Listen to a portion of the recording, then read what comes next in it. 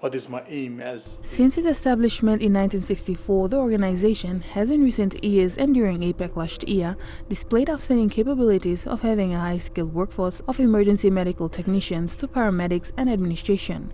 It has state-of-the-art facilities, ambulances, and already manages the 111 Emergency Coordination Center. Health and HIV/AIDS Minister Elias Kapolvore visited the St. John's ambulance base yesterday and said the organization has proven itself to be both operationally and administratively capable of running the ambulance service with little support from the government. The minister raised concerns saying nearly half of the ambulances managed by hospitals and health centers are out of service and need maintenance and servicing. The government doesn't have the appropriate money, the adequate funding level to make sure that we have this kind of facility in all the hospitals that are now supplied to the country, in all the districts of our country. We don't have that funding. So my point is we allow St. John's ambulance to manage the ambulance service in our country. And that is the intention of what I signed on behalf of the government on the 29th of June. So that's the way forward for us. And the CEOs will have to start thinking change. It's no use trying to manage the ambulance services.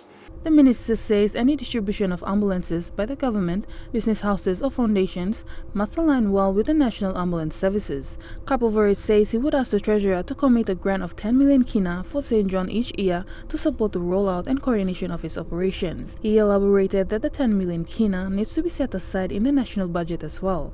Chief Executive Officer of St. John, Matthew Cannon, says access to proper health services remain a key challenge for patients in the country who are suffering a life-threatening emergency. Mr. Cannon says an ambulance is more than just a vehicle. It's equipped with medicine and devices that can be used to sustain a life. He says a single ambulance can increase the percentage of a woman giving birth by 50% and it can reduce maternal deaths by 50% as well.